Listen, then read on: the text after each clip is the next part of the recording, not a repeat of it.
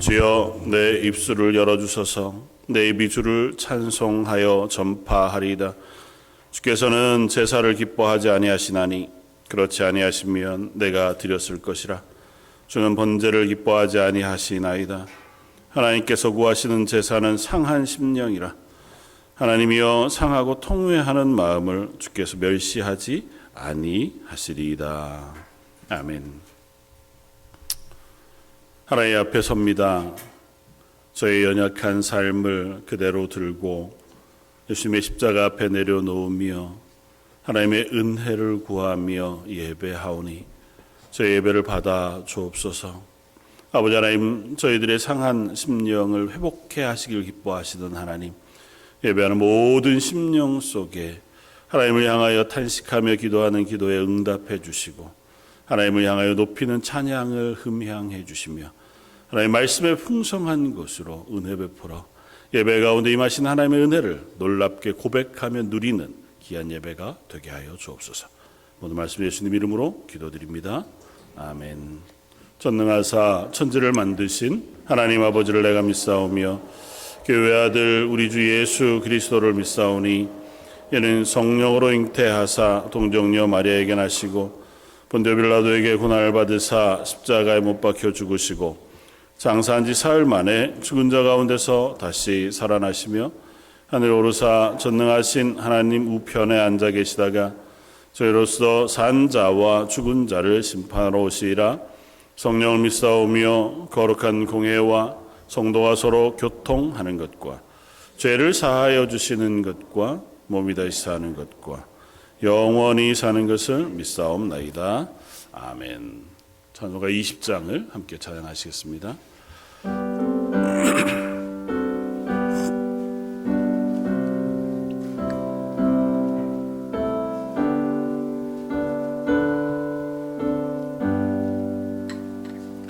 긴 영광 중에 계신 주 나 찬송합니다.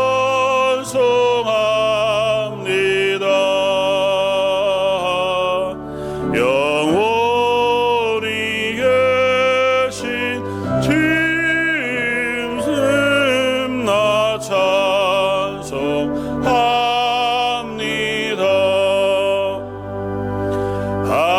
한없이 계신 능력이 나 찬송합니다.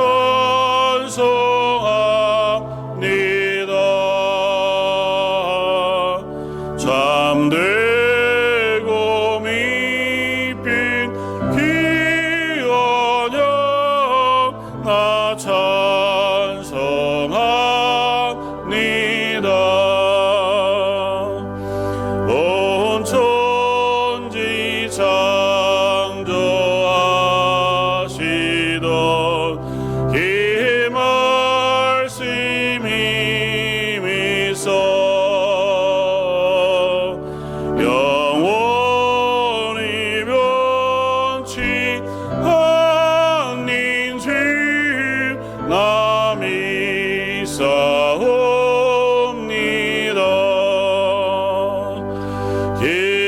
예언이 하신 주 임성 날 불러주시리.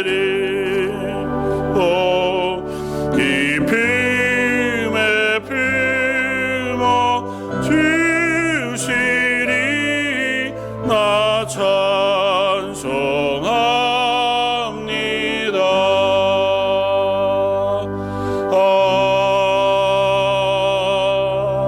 아멘.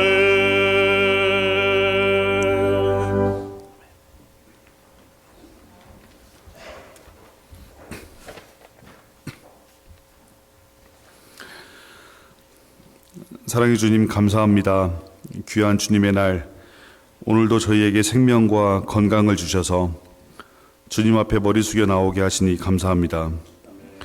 이 시간 세상의 염려와 크고 작은 걱정은 십자가 앞에 내려놓게 하시고 오직 주님만 바라보는 예배가 되기를 소망합니다. 지난 한 주간의 말과 생각과 행동으로 지은 모든 죄를 이 시간 십자가 앞에 내려놓사오니 예수 그리스도의 보혈로 깨끗하게 씻어주시사 죄의 사슬을 끊고 오직 주님만을 바라보는 예배가 되기를 기도합니다. 주님, 우리는 서로 다른 모습과 다른 배경을 가지고 모였지만 한 몸이자 거룩한 지체로 부름받았음을 고백합니다.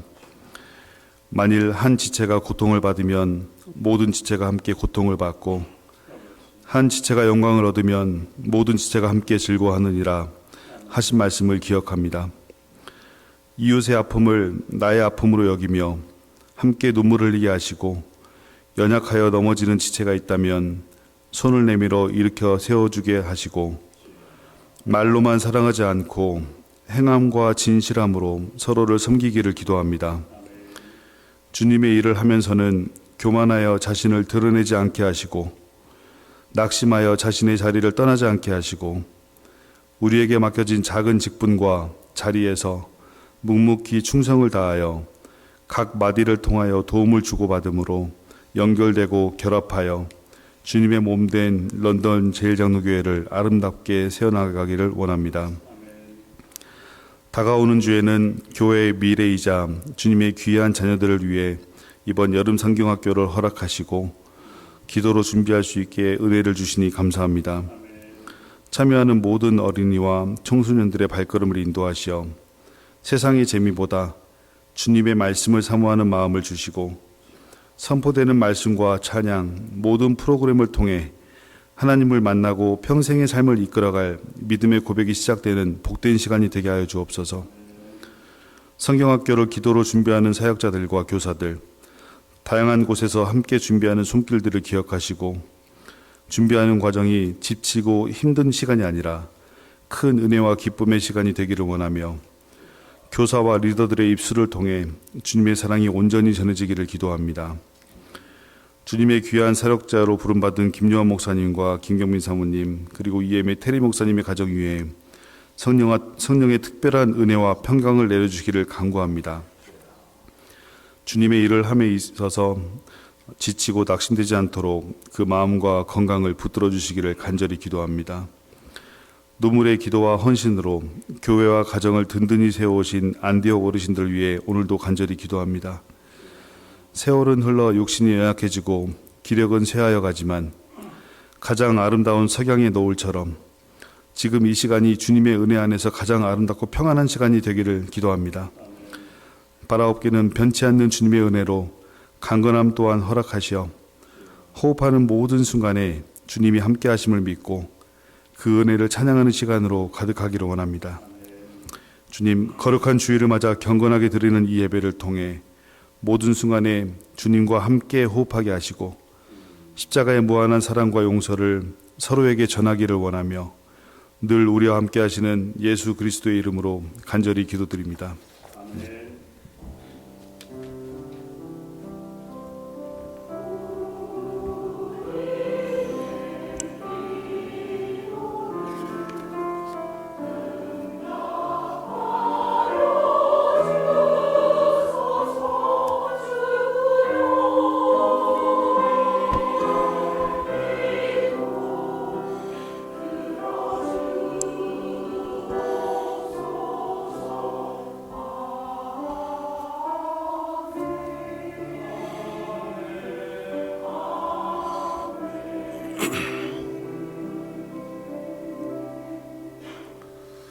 찬송가 294장을 함께 찬양하시겠습니다.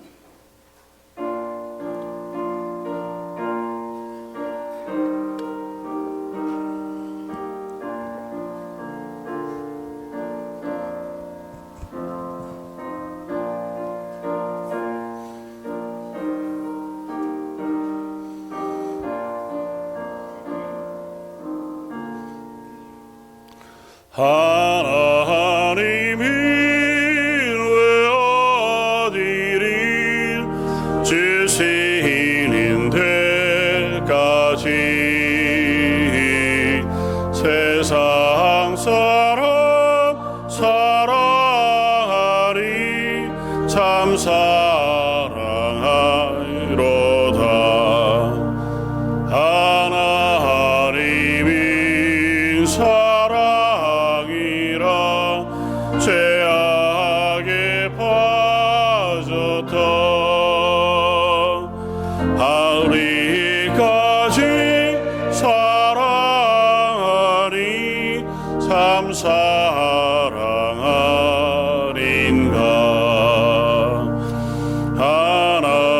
하나님을 배반하고 멀리 떠나리니 원시같이 대적하나 사랑하여 지내. 하나님은 사랑이라 죄악에 빠졌던 이리까지 사랑하니 참 사랑하린가. 세상 죄를 사시려 이리 죽을 대신 성자 예수 십자가에 고난 받으셨네.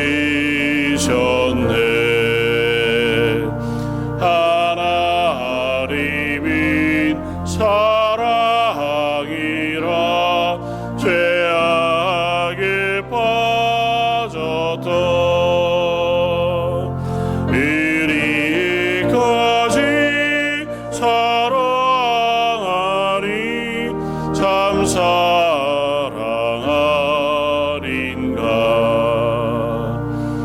이 사랑에 감사하여 곧 주께 나오라. 고난 영혼 주께 맡겨 구원이로니라. 하나님은 사랑이라 죄악에 빠졌던 이리까지 사랑하리 참 사랑하린가. 아멘. 하나님께서 우리를 사랑하시기에 또 은혜 베푸셨기에 이 시간 하나님 앞에 나와 감사와 찬양을 드리며 예배합니다. 하나님의 베푸신 은혜를 저희가 다 기억하지 못하지만 그 은혜에 감사한 마음을 담아 하나님 앞에 예물을 드립니다. 10의 1조로 주정헌금으로 감사의 물과 선교 예물로 하나님을 향한 찬양과 헌신과 수고와 봉사로 하나님을 예배합니다. 하나님 앞에 드려진 그 모든 것들을 기뻐 받아 주시길 원합니다.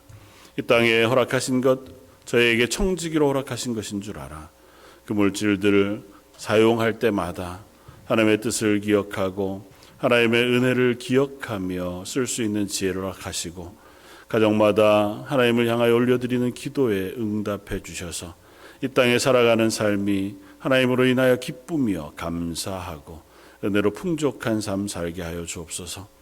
하나님 앞에 찬양으로 영광 돌리는 성가대를 하나님의 손 안에 붙들어 주시기를 원합니다. 저의 입술이 하나님을 찬양할 뿐 아니라 저의 삶과 고백이 하나님께 드려지게 해주시고 찬양을 받으신 하나님께서 그 찬양대원뿐 아니라 함께 찬양하는 모든 성가대 그리고 성도들의 찬양도 받아주시길 원합니다. 찬양팀과 온 예배를 위하여 수고하는 헌신 또 그들을 위하여 애쓰는 봉사들도 예배로 받아주시길 원하오며 이 모든 말씀 예수님 이름으로 기도드립니다. 아멘.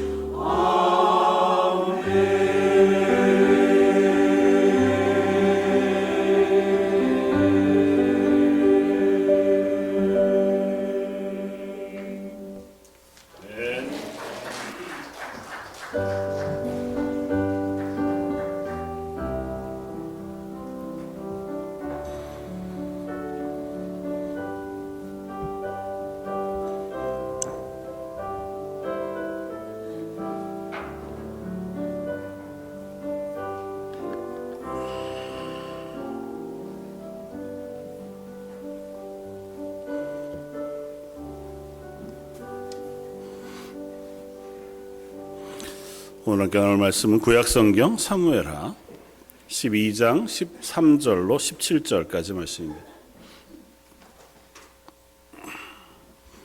구약성경 480쪽에 있는 말씀 사무엘하 12장 13절로 17절까지 말씀입니다.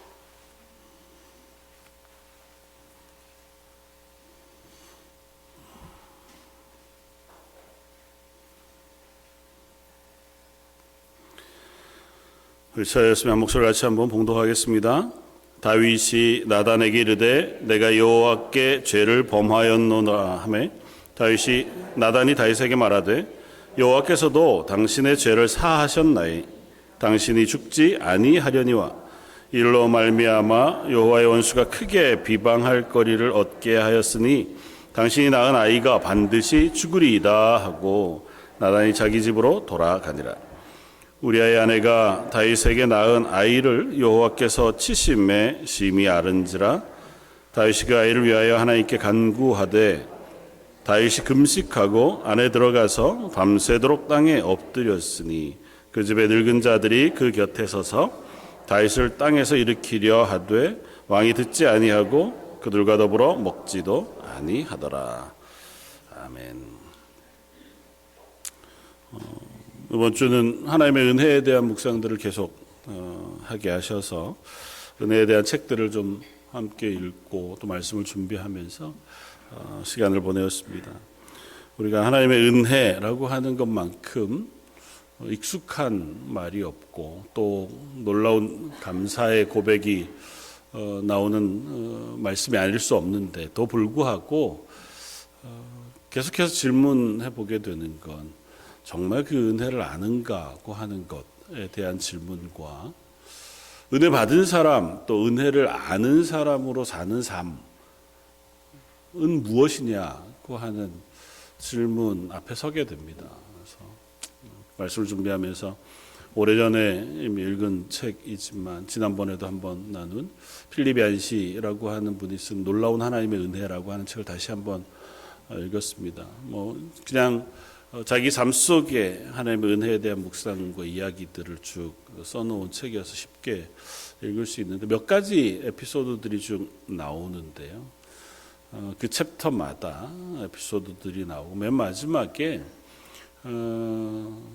한 문장 챕터를 시작하면서 한 사람 이야기를 우리에게 들려줍니다. 자기 어렸을 때 얘기지만 뒤이어 이야기를 쓰면서 시몬 르 베유라고 하는 유태계 프랑스인의 이야기를 잠깐 언급합니다. 이 사람은 히틀러 2차 대전 시대 때의 유태인이면서 프랑스 지식인이었고 또 그리스도인이었습니다. 그는 대단히 믿음 안에서 살기를 애썼던 사람이면서 그 사회 안에서 어떻게 그리스도인으로 살아야 할 것인가에 대한 글들, 또 실제로 자기의 삶도 그렇게 살기 위해서 몸부림쳤던 사람인데, 전쟁이 나기 전에도 그래서 기왕이면 약하고 가난한 사람들, 그들과 함께 생활하면서 그들의 삶 속에서 어떻게 그리스도인으로서의 삶을 나눌 것인가에 대한 고민을 많이 했더랬습니다. 그래서 노동하는 공장 혹은 농장 같은 데서 같이 지내면서 삶을 살기도 하고 글을 쓰기도 했습니다. 그러다가 전쟁이 일어나고 결국은 유태인이기도 하니까요. 런던까지 피난을 파리까지 피난을 오게 되었습니다. 그러니까 그 가운데에서도 자기는 어떻게 동족들이 잡혀가는 삶 속에 자기 혼자 피난 왔다고 해서 그 피난 온 그곳에서의 삶을 그냥 잘 살 수는 없겠다. 이제 그렇게 다짐을 하고 유태인 수용소 안에서 배급되어지는 배급량 정도 이상을 난 먹지 않겠다. 그래서 음식을 대단히 제한한 상태로 그 시간들을 보내었다고 해요. 그러다가 결국은 워낙 몸이 안 좋았던 터라 결핵도 있었고 또 음식도 워낙 박하게 먹다가 결국 하나님의 부르심을 받게 되어져서 불과 33살의 어린 나이에 죽게 되어지는데, 그 시간 속에서 꽤 몇 가지 유명한 저작들과 글들을 써 놓았고 그 안에서 치열하게 그리스도인으로 사는 삶은 뭘까에 대한 고민들을 합니다. 그러면서 한 문장 이야기를 하는데, 저게 오늘 설교 제목으로 받은 중력과 은혜라고 하는 고백을 해요. 사실 인간의 삶은 육상에서 기본적으로 우리가 삶의 중력이라고 하는 자연 법칙 안에 삶을 살아가잖아요. 그러니까 만류인력과 같은, 그건 하나님 정해놓으신 자연의 질서여서 우리가 그 안에서 안전을 누리고 그 안에서 살아갑니다. 그리고 전체 우주를 보아서도 그 우주를 유지해가는 질서 같아 보이기도 하고, 또 그 중에서 가장 중력이 강한 데는 보통은 우주에서 블랙홀이라고 하잖아요. 거긴 중력이 너무 강해서 주변의 모든 것들을 빨아들이는 곳이 바로 블랙홀인데, 인간의 삶은 죄와 욕망이라고 하는 중력이 작동하는 삶이라고 고백합니다. 그가 이제 가난한 사람들과 살고 또 전쟁을 통과하면서 인간의 악함과 죄성을 보면서 확인하는 것은 그 죄의 힘이라는 것이 너무 막강하고 그 안에 욕망이라고 하는 것이 너무 막강해서 그것이 다른 모든 것들을 삼켜버리더라는 겁니다. 그리고 그것이 힘을 얻고 그 위에 군림하고 또 그것이 자기의 것인 것처럼 되어서 인간 스스로가 그 힘에 지배를 당하는 줄도 모르고 그 안에서 살아가게 되는 것이 인생의 모습인 것 같더라고 고백하면서, 유일하게 인생 가운데에서 그 죄 혹은 욕망의 중력을 벗어나는 것이 하나 있는데 은혜라고 고백을 했습니다.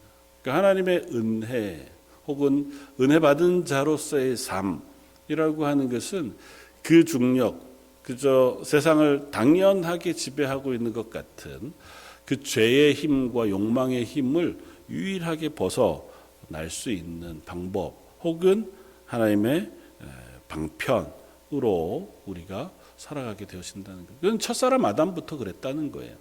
첫사람 아담도 하나님과 같이 되고자 하는 욕망. 그게 결국은 하나님이 허락하신 에덴 동산의 삶을 완전히 망가뜨려 그곳으로부터 쫓겨나 죽음에 이르게 하는 죄가 되었던 것을 우리가 압니다. 그 이후라면 교훈을 얻어야 할 만한 인생이 결국은 욕망 혹은 질투, 죄라고 하는 것 때문에 더 큰 죄, 그리고 더 하나님으로부터 멀어지는 인생이 되어간 것을 보면 결국은 이 세상을 가장 기본적으로 지배하고 있는 힘은 아마 죄와 욕망이겠다. 그런데 하나님의 은혜는 그것을 끊으시는 힘이 있다고 하는 고백을 하게 됩니다. 그래서 우리는 과연 그 은혜를 아는 사람으로 이 땅을 어떻게 살아가고 있나 그 하는 질문 한번 해보고 싶었습니다. 내가 은혜를 받은 사람으로, 그리고 은혜를 아는 사람으로 나의 삶은 이 땅을 어떻게 바라볼 것인가, 내 삶을 어떻게 바라볼 것인가, 그리고 내가 어떻게 행동할 것인가 그 하는 고민을 하는 것이 필요하겠다. 왜냐하면 우리는 그 모든 믿음의 고백을 가지고도 너무도 쉽게 세상이 움직이고 있는 그 죄 혹은 욕망에 덮여버리는 삶을 살아가게 되기가 쉽기 때문에 그렇다는 생각이 듭니다. 그래서 오늘 저희가 너무 잘 아는 사람인 다윗, 그리고 그 다윗의 이야기 에피소드 중에서도 가장 잘 아는 에피소드 중에 하나인 우리아의 아내인 밧세바로 인한 범죄, 그리고 그 범죄 이후에 하나님께서 그 다윗을 찾아오신 이 장면의 이야기를 통해서 하나님의 은혜, 다윗을 향하신, 그리고 다윗이 그 앞에 은혜를 깨닫고 반응하여 고백하는 그 삶을 한번 묵상해 보면서 우리 하나님의 은혜에 대한 묵상을 한 번만 더 해보면 좋겠다 생각이 됩니다. 첫 번째 함께 나누고 싶은 고백은 이거예요. 하나님의 은혜는 우리의 죄를 깨닫고 애통하게 한다는 겁니다. 세상은 뭐 자기의 양심이 주인이 되어 살아갑니다. 그래서 보통은 뭐 무뎌지기도 하고 날카로워지기도 하지만 그냥 법을 기준으로 해서 또 그 안에 내 양심을 기준으로 해서 우리가 이 땅을 살아가는데, 그러다가 보면 그냥 익숙하게 우리의 삶을 살아가게 돼요. 그러다가 어느 순간 죄가 나를 덮어버리면 하나님의 은혜 가운데 있는 사람이라 할지라도 그 은혜의 통로조차 죄가 먹어버린 것 같은 시간들을 만나게 되기도 하더라는 겁니다. 다윗을 생각해 보면 놀라운 일입니다. 다윗은 하나님 앞에 마음이 순전한 사람, 정한 마음을 가진 사람이라는 칭찬을 어렸을 때부터 들었던 사람이고요. 그가 소년이었을 때 이미 하나님으로부터 쓰임을 받아서 이스라엘을 구원하는 구원의 일들을 행했던 사람이잖아요. 지금 밧세바의 이로 인하여 범죄할 때까지 다윗의 여정이 늘 평탄하지만 않았습니다. 그는 심각하게 긴 시간, 16년, 20여 년 가까운 기간 동안 사울을 위해서 도망 다녀야 했고, 심지어 자기의 목숨을 구걸하면서 블레셋, 자기가 전쟁에서 이긴 그 나라에 망명했다가 미친 척하고 도망쳐 나오기도 하고, 또 사람들로부터 무시당하고 모욕당하면서도 자기의 수하들을 먹여 살리기 위해서 애쓴 시간들을 보내왔습니다. 왕도 그냥 와 이러고 추대가 된 게 아니었어요. 유대의 지파로부터 먼저 왕으로 추대받고 전체 이스라엘의 왕으로 추대받는 데까지도 시간이 걸려야 했습니다. 그러면서도 다윗은 마음의 중심을 놓치지 않았어요. 하나님 앞에서 늘 신실했습니다. 우리가 시편의 수많은 시편들 중에 다윗의 고백을 우리가 듣는데 대부분은 이 밧세바 사건 이전에 쓰여진 시편들이 많습니다. 그 시편의 다윗의 고백을 들어보면 하나님 앞에 얼마나 몸부림치면서 하나님의 사람으로 살려고 애쓰고 있는지를 우리가 살펴볼 수 있습니다. 급박한 처지에 하나님을 향하여 부르짖으면서 하나님 나를 도와주십시오. 하나님이 아니면 내가 살 수가 없습니다. 하나님의 은혜가 너무 간절히 필요합니다. 내가 다른 무엇보다 하나님을 사모합니다. 하나님의 은혜를 사모합니다. 그랬던 사람이잖아요. 지금도 여전히 그러던 사람입니다. 또 어떻게 하루아침에 다른 죄도 아니고 자기 가장 충직한 신하였던 우리아의 아내를 보고 마음의 음심을 품고 그 사람을 데려다가 간음하고 그것으로도 모자라서 그거를 덮기 위해서 온갖 수단을 다 쓰다가 결국은 안 되니까 그 충직한 신하를 이방인과의 전쟁에 보내서 일부러 죽게 해서 자기의 죄를 덮으려고 하는, 그야말로 하나님 앞에 보기에는 말할 수 없는 죄를 짓습니다. 그리고 그 시작부터 끝까지 어쩌면 지금 근 1년여간의 시간이 지났는 이 시간 동안 다윗을 하나님 앞에 세우고 그 삶을 브레이크 걸 만한 것이 없었습니다. 어떻게 그럴 수 있습니까? 그것이 죄의 힘이에요. 다윗도 넘어뜨리는 그것이 바로 죄의 힘입니다. 다윗과 친실했던 사람도, 다윗과 하나님의 말씀을 사모했던 사람도, 하나님의 성전을 짓기 위해서 자기의 모든 것들을 다 들여서 하나님의 성전 짓기를 사모했던 사람, 자기 다윗성으로 언약궤를 모셔오면서 너무 기뻐서 춤추고 옷을 벗고 모든 사람의 눈에 아랑곳하지 않고 행복해했던 사람, 다윗. 그 사람이 시간이 지나서 점점 믿음이 약해졌다더라, 뭐 영안이 어두워졌다더라, 이것도 아니에요. 지금도 여전한 때에 순식간에 다윗을 집어삼킨 죄가 다윗을 하나님으로부터 멀어지게 합니다. 그 다윗을 하나님께서 찾아오세요. 그리고 그 죄를 드러나게 하십니다. 이것이 하나님이 다윗에게 주신 가장 큰 은혜의 시작인 줄 압니다. 놓아두었다면 모르겠습니다만은 다윗은 그냥 그대로 갔을 수도 있을지 모르죠. 하나님은 하나님의 사랑하는 사람들을 죄 가운데 내버려 두지 않습니다.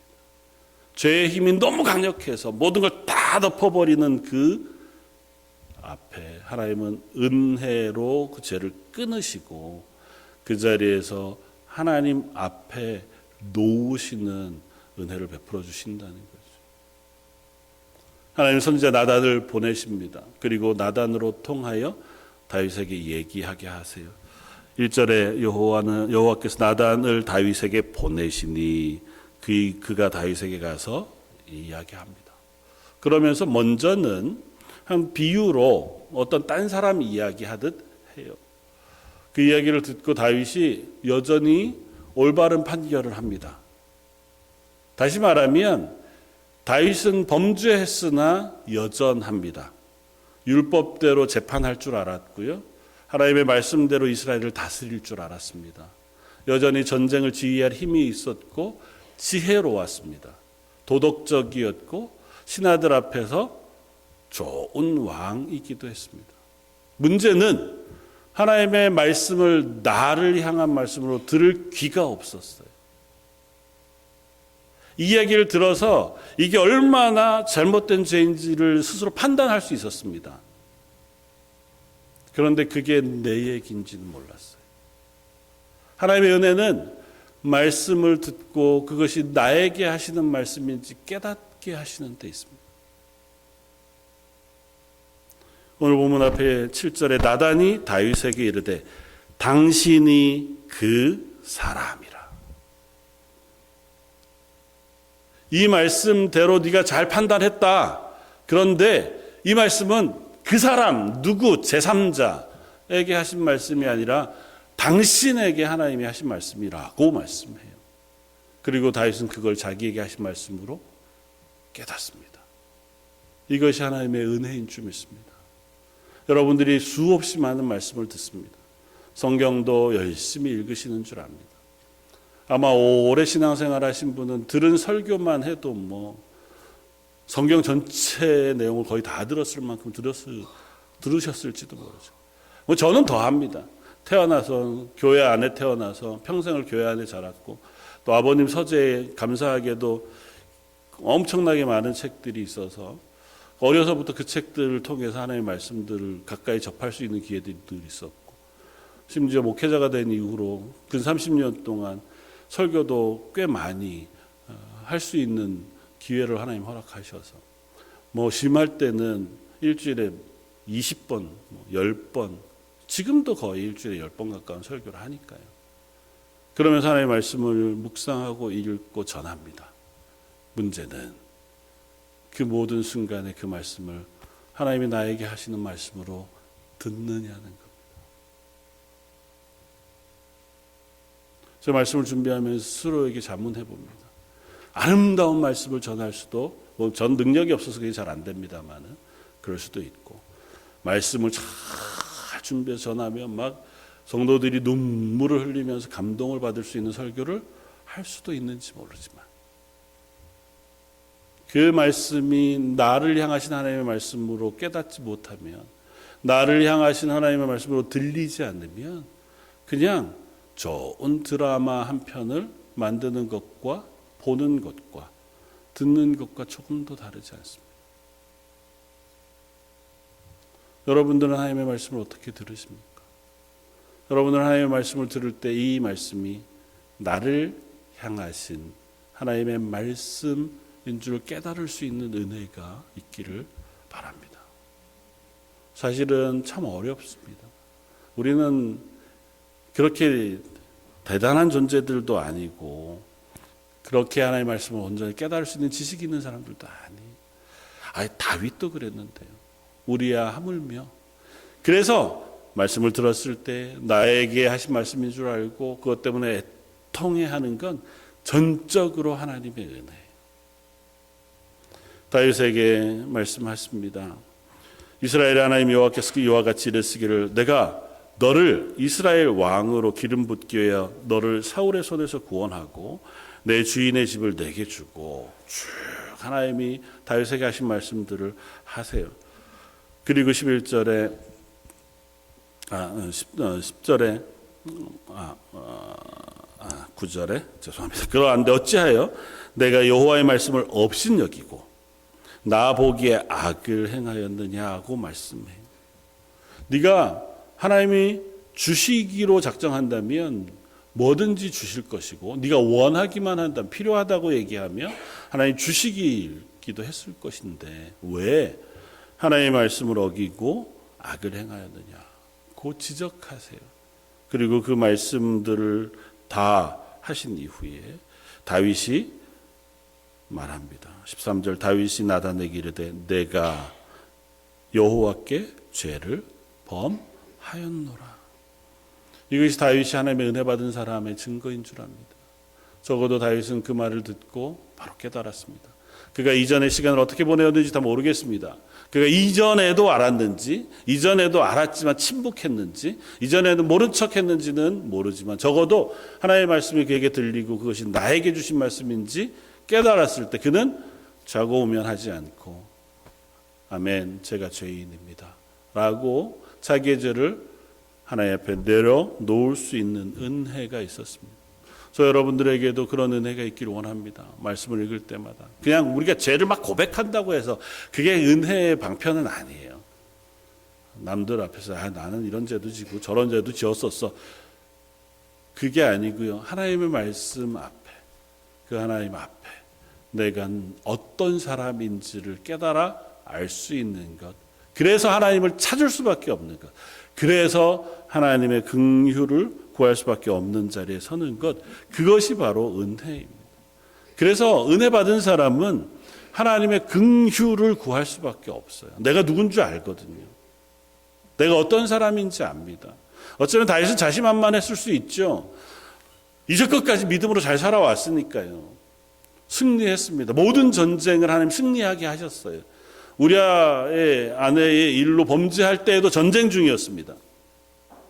그때도 승전의 소식이 들려오던 중이에요.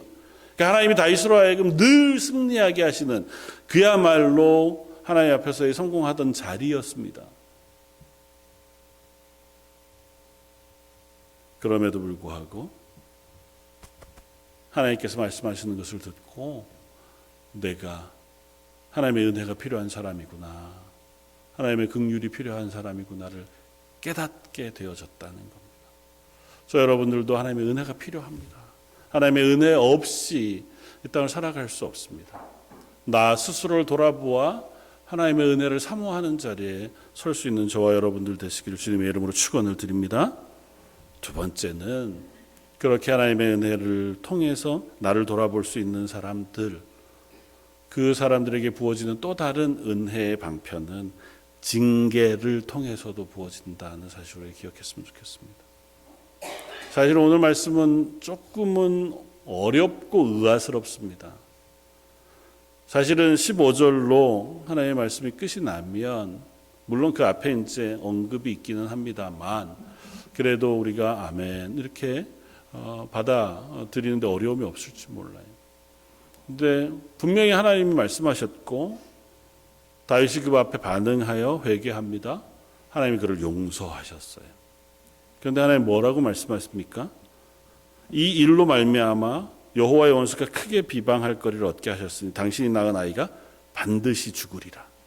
물론 그 앞에도 죄에 대한 하나님의 징계를 분명히 말씀하세요. 네가 은밀히 행한 죄를 하나님 백주대낮에 내가 당하게 하실 것이다 라고 해서 그 죄의 결과가 있을 것을 향해 말씀하시지만 지금 분명히 죄 용서라고 하는 분명한 은혜의 경험을 하게 하시고 나서 그리고 낳은 아이를 하나님 데려가시겠다는 거예요.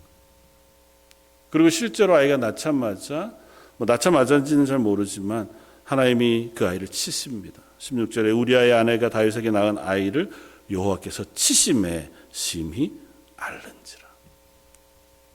이 아이가 뭔 죄가 있습니까? 죄는 다윗이 지었죠. 사실 이 일에 대해서 우리가 성경적으로 어떻다라고 해석하기가 참 어렵습니다. 이 아이는 하나님의 계획 가운데 하나님의 선하심 가운데 하나님께서 행하시는 어떤 일들을 통하여 그 아이에게 행하셨을 거예요. 그건 우리가 다 설명하기 어렵습니다. 다만 이 이야기를 통해서 우리가 확인하는 것은 다윗이 범한 죄의 결과를 다윗이 경험하게 하신다는 거예요. 죄를 용서하시지 않았다는 게 아니에요. 죄는 용서하셨습니다. 죄의 삭신 사망, 그 사망은 다윗으로 하여금 면케하셨습니다. 하나님께서 다윗이 정녕 죽을 죄를 범하였음에도 불구하고 하나님 말씀하세요. 다윗에게 말하되 여호와께서도 당신의 죄를 사하셨나니 당신이 죽지 아니할 것이다. 그 죄는 용서하셨습니다. 그럼에도 불구하고 죄의 결과를 징계로 그대로 다윗에게 주세요. 어렵습니다. 이게 용서하신 게 맞나요? 용서하셨으면 잘 돼야 되는 것 아닌가요? 용서하셨으면 뭔가 픽스되고 뭔가 더 나아져야 되는 것 아닙니까? 라고 생각할 수 있습니다. 어떠세요? 그 이야기 다음을 읽으면 조금 더 고민이 돼요. 다윗이 그 이야기를 듣자마자 금식하며 기도하기 시작합니다. 식음을 전폐하고 하나님 앞에 엎드려 기도합니다. 아마 간절한 마음으로 하나님께 부르짖었을 거예요. 알지요. 하나님 제가 압니다. 하나님 제가 하나님 앞에 범죄해서 이 일이 일어난 줄 압니다. 그래도 하나님 긍휼히 여겨주시면 안 되겠습니까?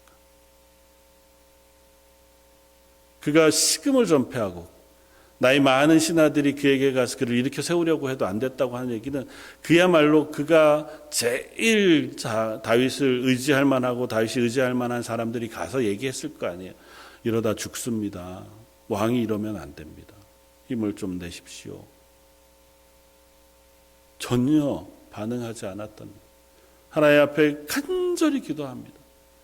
하나님 이 기도를 안 들어주시면 저 죽을지도 모릅니다. 아마 그랬을지도 모르죠. 탄식하며 기도합니다. 그 결과가 어땠다고요? 7일 만에 죽습니다. 하나님 이게 뭐죠? 하나님 분명히 은혜를 베풀어 주셨잖아요. 죄에 대한 회개를 하자 하나님 내 죄도 사함을 받았다 말씀하셨으면 그 다음은 결과가 좋아야죠. 안 그렇다니까요. 이 아이만 죽는 게 아니에요.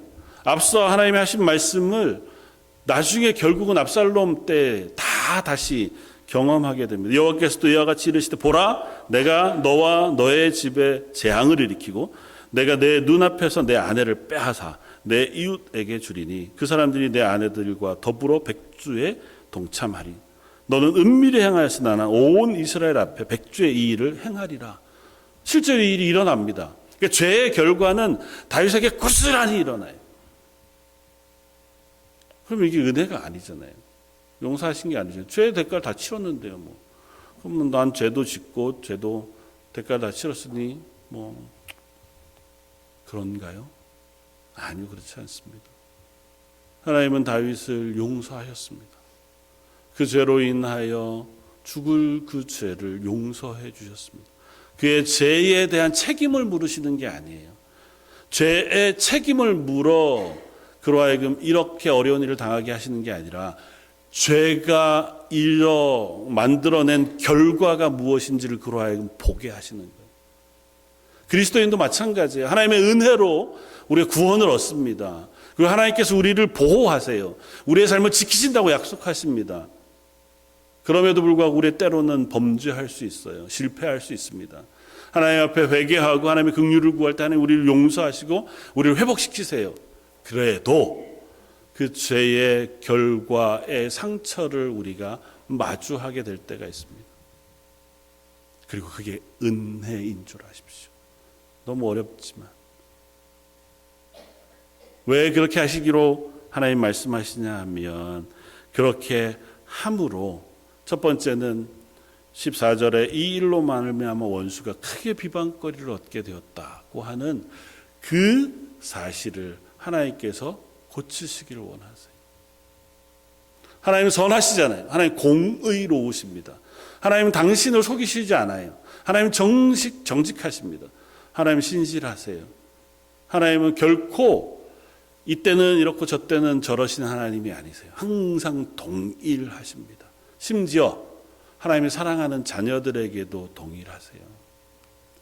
세상에 하나님을 알지 못하는 이들이 범죄함으로 죄의 대가로 죽임이라고 하는 심판을 받을 것이라면 하나님을 사랑하는 제자, 사랑하는 자녀들에게도 동일합니다. 죄의 대가가 죽음이라는 사실을 선명하게 알리세요. 그 일에는 변화가 없습니다. 하나님은 동일하시거든요. 다만 하나님은 죽음에서 건져내시는 은혜는 베푸세요. 그래서 죽이지는 않으세요. 하나님의 영원한 생명, 육신만이 아니라 영원한 생명으로 우리의 삶을 하나님의 구원 가운데 놓으세요.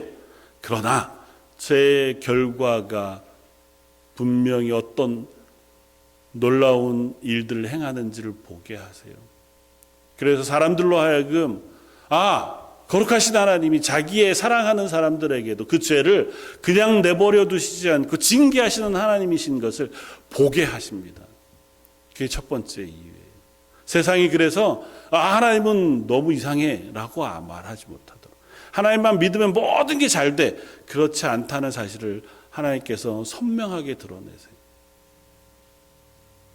그냥 죄를 지어도 괜찮고 욕심을 부려도 괜찮고 엉망으로 살아도 괜찮고, 마치 빽이 든든한 어린아이가 아버지만 믿고 막 온갖 일진짓을 다 해도 아버지가 뒤에서 다 막아주는 하나님은 그러시지 않아요. 하나님은 좋은 아버지시거든요.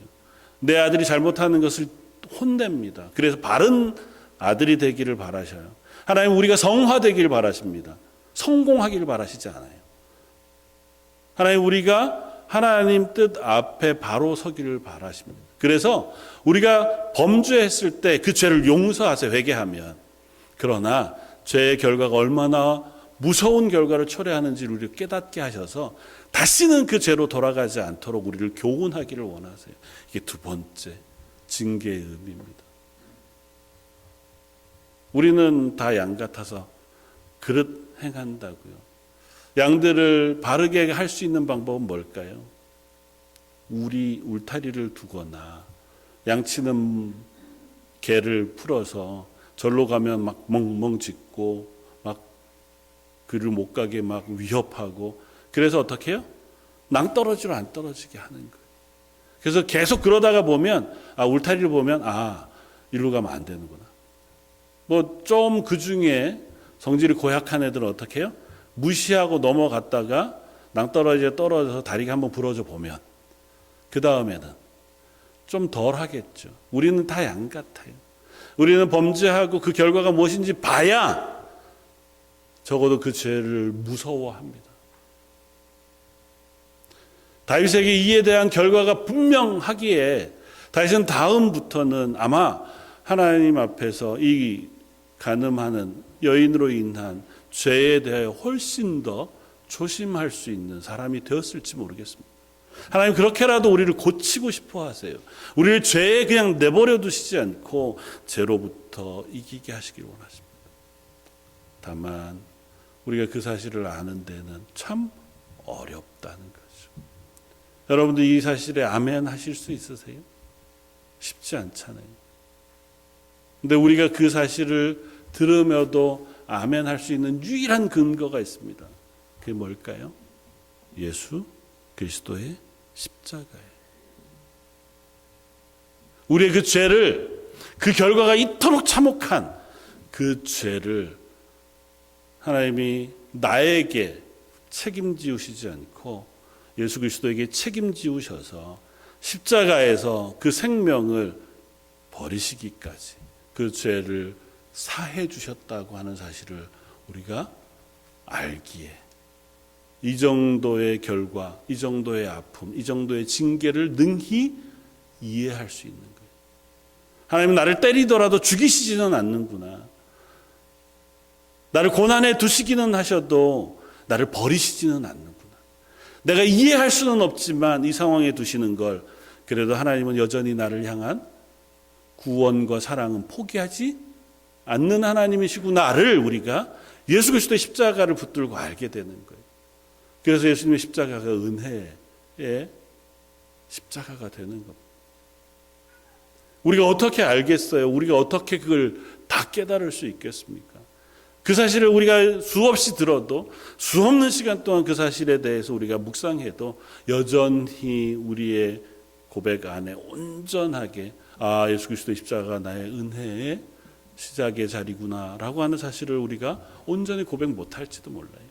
그러나 분명한 것은 하나님이 우리를 향하여 베푸신 은혜의 가장 분명한 정점은 예수 그리스도의 십자가, 그곳에서 우리가 아직도 죄인 되었을 때 나를 위하여 사랑하시는 그 사랑의 증거를 보이셨고 그 죄를 사해 주셨으며 나를 죽음에서 건져 영원한 생명으로 옮기시는 하나님의 선포가 그 땅에서 이루어졌다고 하는 사실을 우리로 하여금 알게 하시길 원하시는 줄 믿습니다. 다윗은 그 사실을 멀리서 바라보며 알았습니다. 다윗의 그 뒤에 행보를 보면 어떻게 은혜 받은 사람의 삶은 어떻게 변화할 수 있는가에 대한 힌트를 조금은 얻을 수 있습니다. 이야기를 보면 좀 어렵습니다. 다윗이 그 일을 인하여 금식하며 기도해요. 그런데 하나님이 그 아이를 데려갔습니다. 18절 이래 만에 그 아이가 죽으니라. 그러나 다윗에게 아무도 그 이야기를 못합니다. 아이가 죽었으니 이젠 금식 그만하시고 일어나십시오. 아이가 아플 때도 저렇게 막 아무도 건드릴 수 없을 만큼 슬퍼하고 하나님 앞에 기도하던 다윗인데 죽었다고 얘기하면 어떻게 될까 봐 걱정이 되는 거죠. 다윗이 수근수근거리는 모습을 보니 하나님 아이가 아이를 데려가셨나 보다 깨닫습니다. 그리고 다윗이 어떻게 합니까? 20절 다윗이 땅에서 일어나 몸을 씻고 기름을 바르고 의복을 갈아입고 여호와의 전에 들어가서 경배하고 왕궁으로 돌아와 명령하여 음식을 그 앞에 차리게 하고 먹은지라. 그리고 신하들에게 얘기합니다. 아이가 아플 때야 내가 하나님의 긍휼을 구하고 은혜를 구하며 기도하지만 이미 하나님이 그 아이를 데려가신 이후에야 내가 슬퍼하고 그 아이를 인하여 금식할 이유가 뭐가 있겠냐는 겁니다.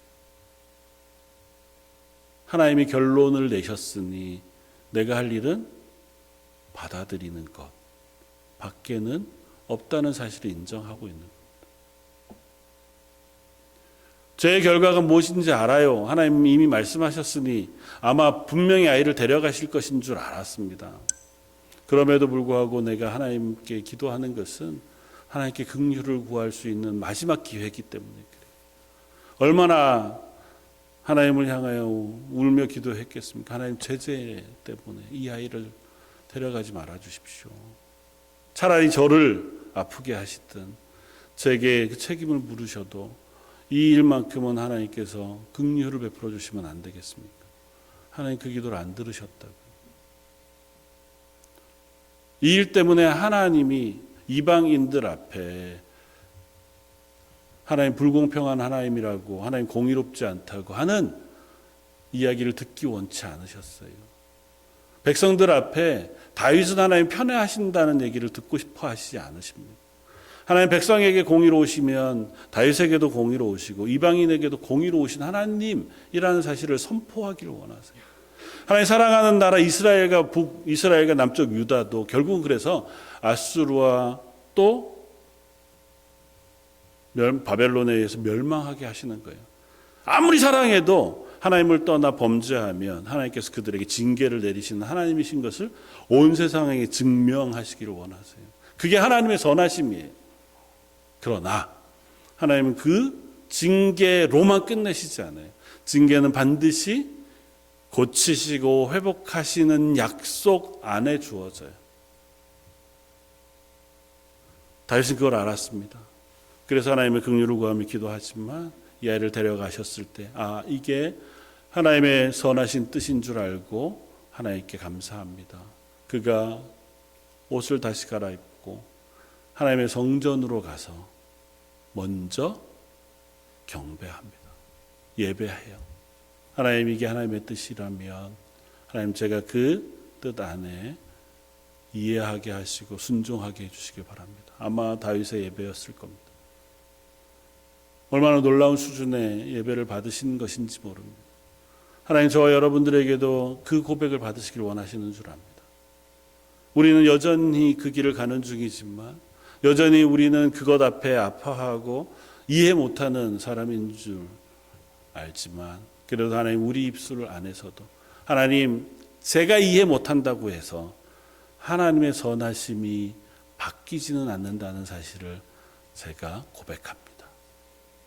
제가 원하는 대로 하나님 응답해 주시지 않았다고 해서 하나님이 여전히 나를 사랑하고 계시다는 사실을 제가 부인할 수는 없습니다. 하나님은 나보다 지혜로우시니 하나님께서 나에게 가장 좋은 것으로 일하시는 줄 믿습니다. 하나님은 우리를 그 자리까지 끌고 가시기를 원하시는 줄 압니다. 그리고 그것이 우리를 향하신 하나님의